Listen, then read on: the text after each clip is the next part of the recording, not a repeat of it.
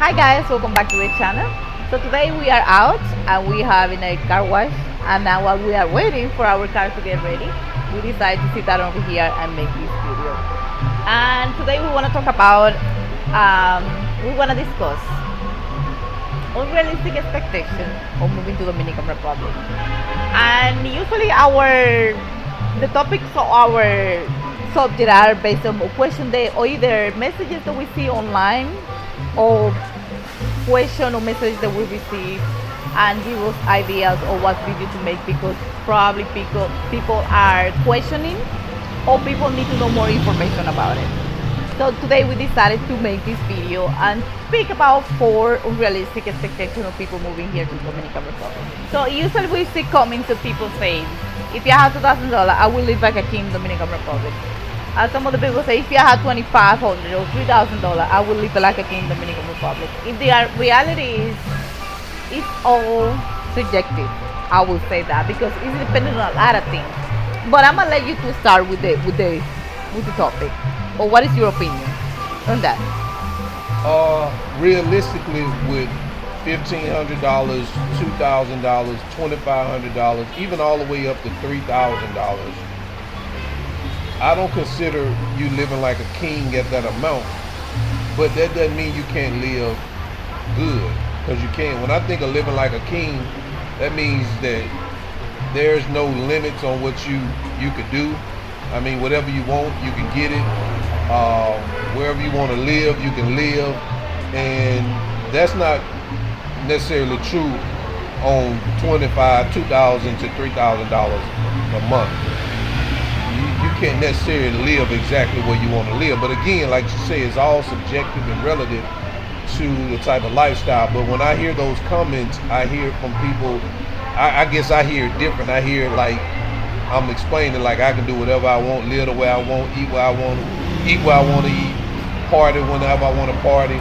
And if that's your mentality, then you can't do that off $2,000 to $3,000 a month. However, you can live good off $2,000 to $3,000 a month here. Not that you have to be selective at what you do, but you also have to be a little conservative also. I would say that if you have about $2,500 a month, it can go 2 ways. If you're living in an area where your rent is only $300 to $500 and you have $2,500, now you got $2,000 to pretty much do what you want. That's pretty good also. But if you're living in a more middle class area like Naco, Piantini, and your rent is around $1,500 a month or $1,000 to $1,500 a month, now you only got about $1,500 to $1,000 left to do what you want, which is still good, but you can't just go out, balling, doing whatever you want with $1,000 a month, given all the other expenses that you're gonna have. So just keep that in mind when you're talking about, hey, when I come over there with $2,500, I'm gonna be balling and living like a king. I mean, to me, like I said at the beginning, it's all subjective. First of all, it is what it means being a king or live like a king to you, because whatever it means for a king, even though it is no definition, but we all know what living like a king means. But some people can be living like a king can mean one thing, for other people it can mean, this is for me like living like a king. Can be that. And also in both ends. In one end you have people, but let me know, because that would be confusing people. Let's keep what we are. It is like exactly as what he says, all depends on where you live and how much money you have left as a disposable. That way you can give it to do the extra. Because if you living like in a palace, because you're paying almost $3,000 for rent, if you cannot do nothing else because everything goes to rent, then you are pretty much miserable. Unless that's what you like to do, just be in the house. But you will have to have money that you can use, go out and do certain things, that way you can feel complete.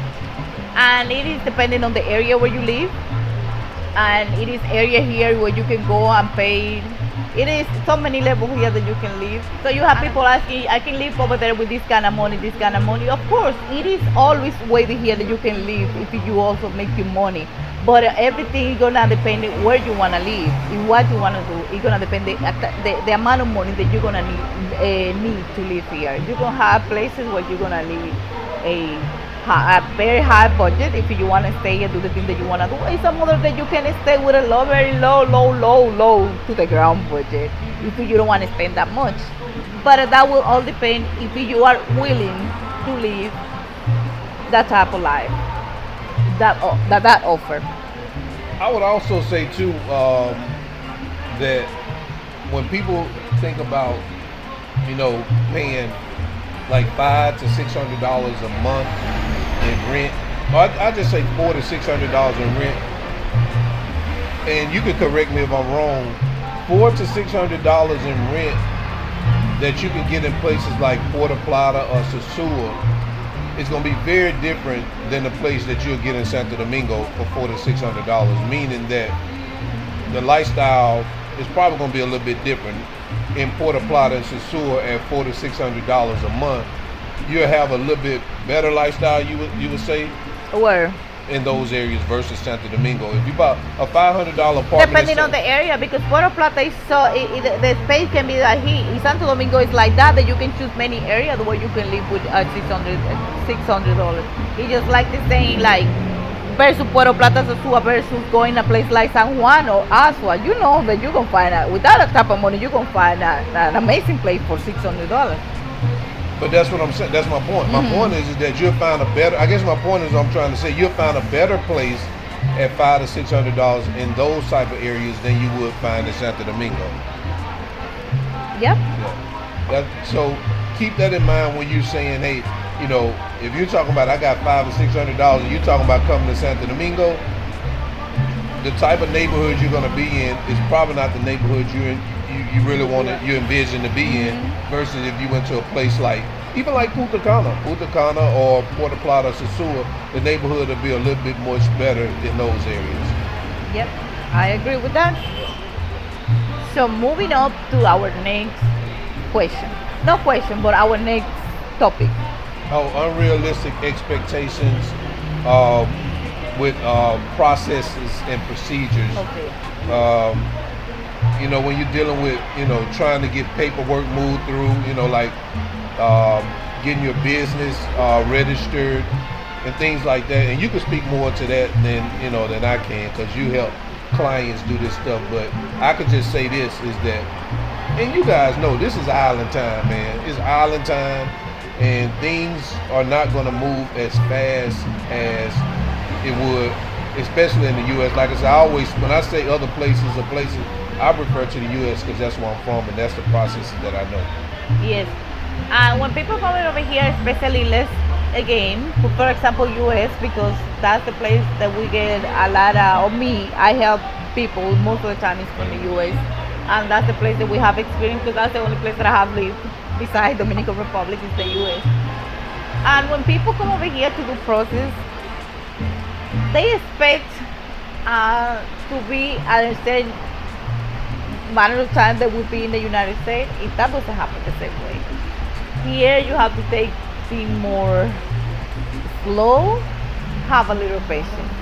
Even though when you go and process your paperwork for whatever you want to do, let's say it's a visa, let's say a registering a business, let's say title transferring, let's say whatever business you are conducting over here, especially with government office, they can tell you, okay, that can be, though the regular processing time is between 15 and 20 days. So they have so much work that they bag, and if they need more time. So even if they give you a regular or standard time, sometimes it takes longer than what they say, what they promise, let's say it that way. So here you have to always remember, you have to have patience when you're dealing with business and processing time here.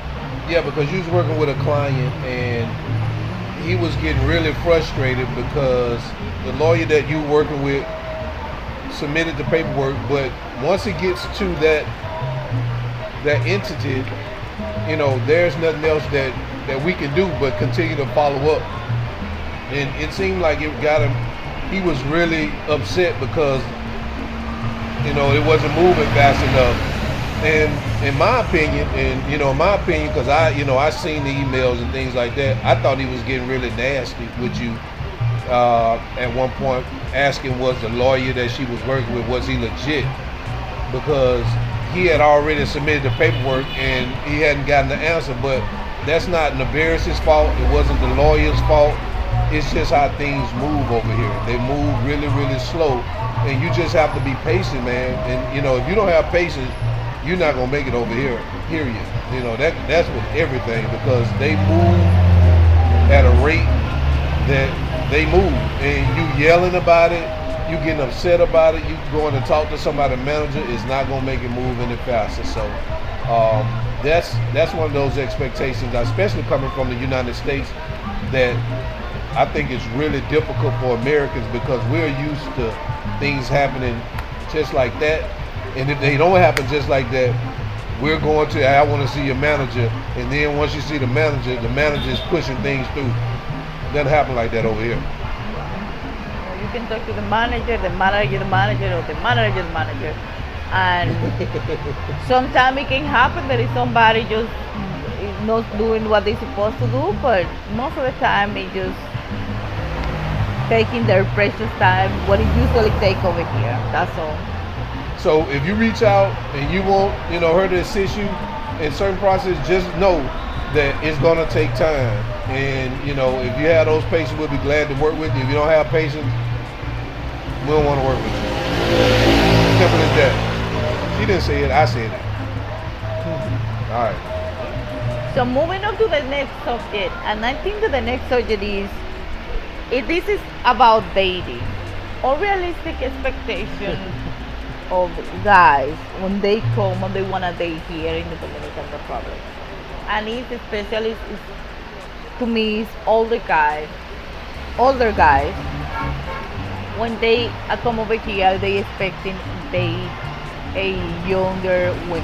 And a younger is very young to me. I mean, with the age gap is just not here. But sometimes you have some age gap, and it's not. I mean, they don't even look bad. That is not that crazy. But sometimes the age gap is like this, and that is what the problem comes. And that is all the situation. I think that is a little unrealistic expectation over there. So I'm gonna let you start with that one.